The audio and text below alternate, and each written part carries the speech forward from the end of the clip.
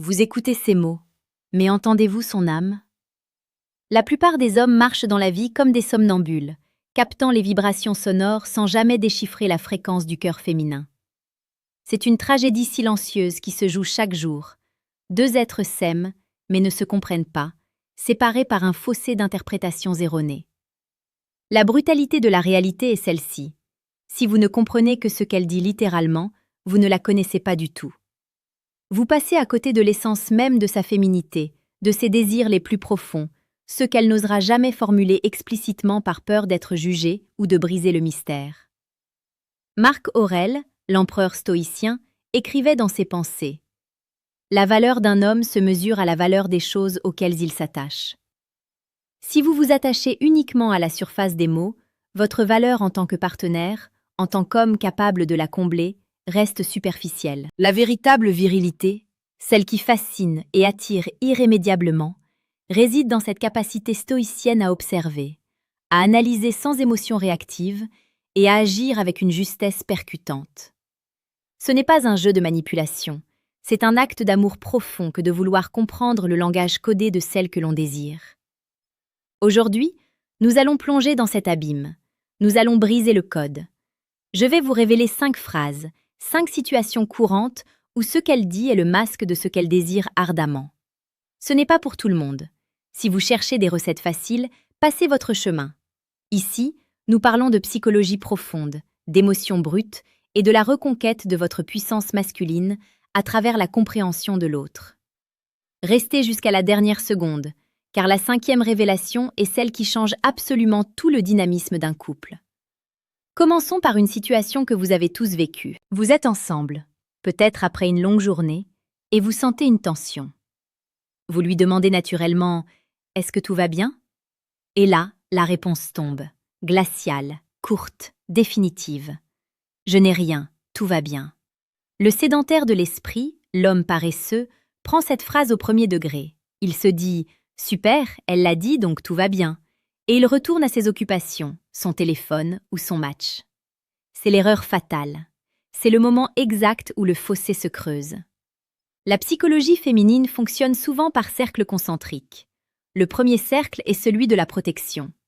Quand elle vous dit « je n'ai rien », elle teste, consciemment ou non, votre capacité à lire au-delà du voile.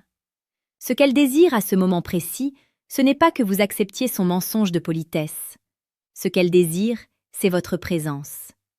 Elle désire que vous soyez cet homme stoïcien qui ne se laisse pas déstabiliser par la froideur apparente. Elle veut que vous posiez votre téléphone, que vous la regardiez dans les yeux, non pas avec inquiétude, mais avec une certitude calme. Elle désire que vous preniez sa main, que vous envahissiez doucement son espace vital et que vous lui disiez, avec une voix douce mais ferme, « Je vois bien que quelque chose te pèse. Je suis là. Prends ton temps. Mais je ne bouge pas tant que je ne sens pas que ton cœur est apaisé. » C'est cela qu'elle désire, être vue. Ne pas avoir à quémander de l'attention. Sentir que vous êtes assez solide pour porter son fardeau émotionnel sans vous effondrer ou vous énerver. L'homme qui passe à côté de ça passe à côté de l'opportunité de devenir son roc, son refuge. Avançons vers la 2e dissonance cognitive majeure. Vous planifiez une soirée, une sortie, ou même une décision de vie importante. Vous lui demandez son avis et elle vous répond, avec un sourire qui ne touche pas ses yeux. « Comme tu veux, décide toi-même, ça m'est égal. Frère, comprenez ceci. Pour une femme qui vous aime, rien n'est jamais égal. » Cette phrase est un piège et un test simultané. La plupart des hommes y voient une carte blanche, une liberté totale. Ils décident alors en fonction de leur propre confort, pensant bien faire. Ils l'emmènent au même restaurant que d'habitude, ou choisissent la solution de facilité. Ce qu'elle désire réellement derrière ce « comme tu veux », c'est votre leadership. La polarité masculine est le désir de direction. La polarité féminine est le désir d'être polaire, d'être emmenée dans une direction sûre et excitante. Quand elle vous dit cela, elle renonce volontairement à son pouvoir de décision pour voir si vous êtes capable d'assumer le vôtre. Elle veut que vous preniez les rênes. Elle désire que vous ayez un plan. Ne lui demandez pas « Qu'est-ce que tu veux manger ?» Dites-lui plutôt « Prépare-toi pour 19 heures, Je nous emmène dans ce petit endroit dont on m'a parlé, je pense que l'ambiance va te plaire. C'est une étreinte psychologique. Vous lui montrez que vous avez réfléchi à elle, que vous avez pris l'initiative, que vous assumez la responsabilité du plaisir de la soirée. Le désir féminin se nourrit de cette structure masculine. Ne soyez pas un homme mou qui attend des instructions. Soyez l'architecte de votre vie commune. L'homme qui comprend cela n'a plus jamais besoin de demander la permission d'être un leader. C'est ici, au cœur de cette compréhension profonde de la dynamique des relations, que réside la véritable puissance masculine. Si vous ressentez la valeur de ce que nous partageons aujourd'hui, si vous comprenez que la séduction n'est pas un jeu de dupes, mais une quête de connexion authentique, je vous invite à faire partie de notre cercle.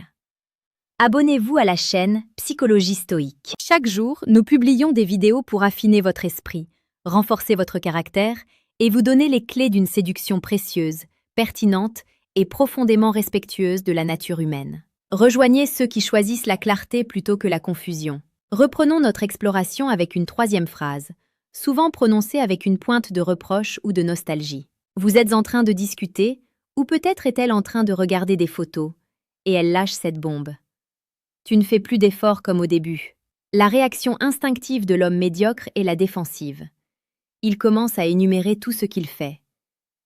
Mais je paye le loyer, je répare la voiture, je t'ai acheté des fleurs il y a 3 mois. C'est une réponse logique à un problème émotionnel. C'est une erreur magistrale. Ce qu'elle vous dit là n'est pas une attaque sur votre logistique, mais un cri du cœur sur votre présence. Elle ne parle pas d'efforts matériels. Ce qu'elle désire, c'est le retour de votre désir pour elle. Elle désire ressentir à nouveau ce regard que vous posiez sur elle lors des premiers rendez-vous. Ce regard qui disait « Tu es la seule femme au monde pour moi en ce moment ». Elle désire la surprise. Elle désire que vous la courtisiez à nouveau. L'amour n'est pas un acquis, c'est une création continue. La plupart des hommes s'endorment sur leur laurier une fois la conquête faite.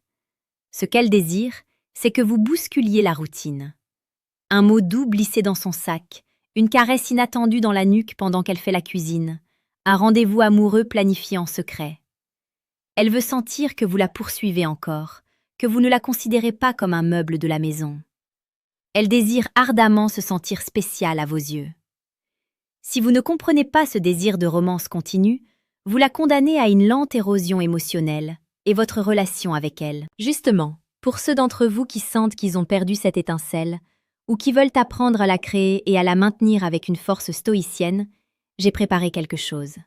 Si vous voulez aller beaucoup plus loin que ces simples conseils, si vous voulez reconstruire votre mental de séducteur sur des bases brutales et inébranlables, cliquez sur le deuxième lien en description. Vous pourrez y télécharger votre copie du manuel brutal du séducteur stoïque.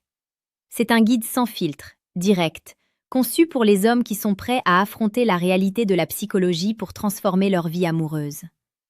C'est discret, c'est utile, et c'est le genre d'investissement sur soi qui rapporte des dividendes pour le reste de votre vie.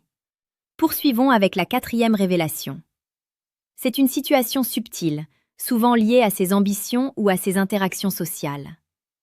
Elle vient vers vous et vous raconte une interaction difficile au travail ou avec une amie. Elle vous explique la situation et conclut par « Je me demande si je n'aurais pas dû agir différemment ». Ici, l'instinct masculin du solutionneur de problèmes se met en marche instantanément. L'homme écoute 2 minutes et interrompt. « Bon, voilà ce que tu dois faire. Demain, tu vas voir ton boss et tu lui dis ça. Et pour ton ami, ignore-la. » C'est une erreur de lecture totale. Elle ne vous demande pas une solution technique. Elle est probablement assez intelligente pour savoir quoi faire. Ce qu'elle désire à ce moment précis, c'est votre validation émotionnelle et votre protection psychologique. Elle désire que vous soyez son allié inconditionnel.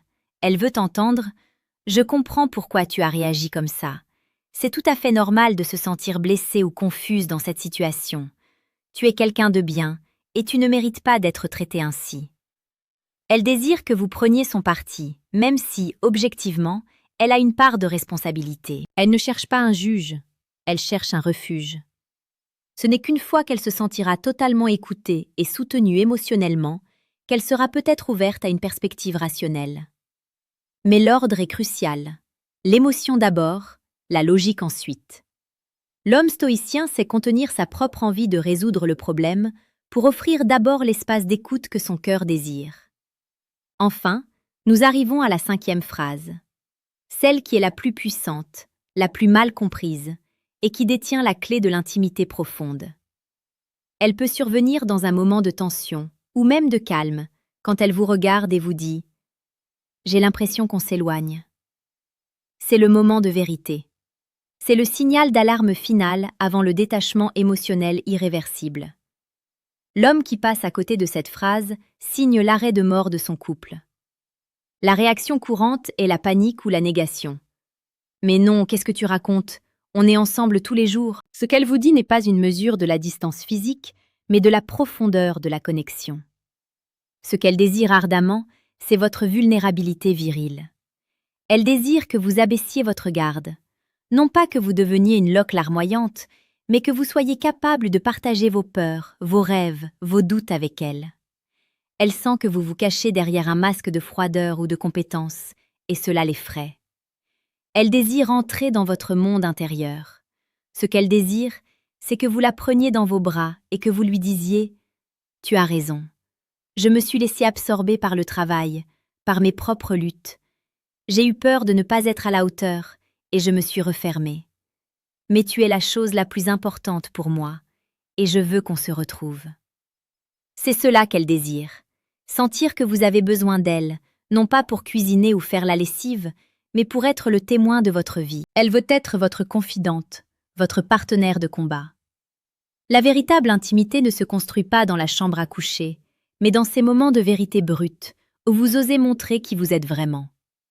C'est cette vulnérabilité stoïcienne, cette capacité à affronter votre propre vérité sans peur et à la partager avec elle, qui crée un lien indissoluble. L'homme qui comprend cela n'est plus seulement un compagnon, il devient son âme sœur. Comprendre ces 5 désirs cachés n'est pas une option pour l'homme qui aspire à une relation d'exception. C'est une nécessité impérieuse.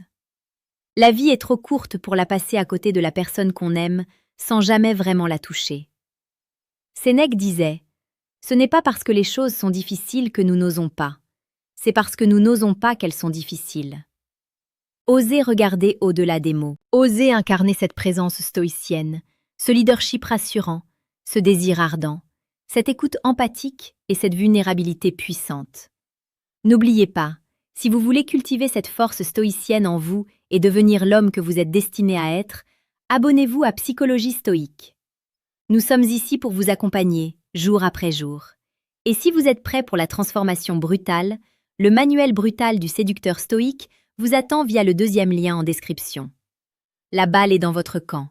Vous ne pouvez plus dire que vous ne saviez pas. Le code est brisé. Maintenant, agissez. Transformez ces connaissances en sagesse vécue. Soyez l'homme qui ne passe pas à côté, mais qui saisit chaque opportunité pour approfondir l'amour et la connexion. Le monde a besoin de plus d'hommes conscients et présents. Soyez l'un d'entre eux. Je compte sur vous. Tout commence maintenant.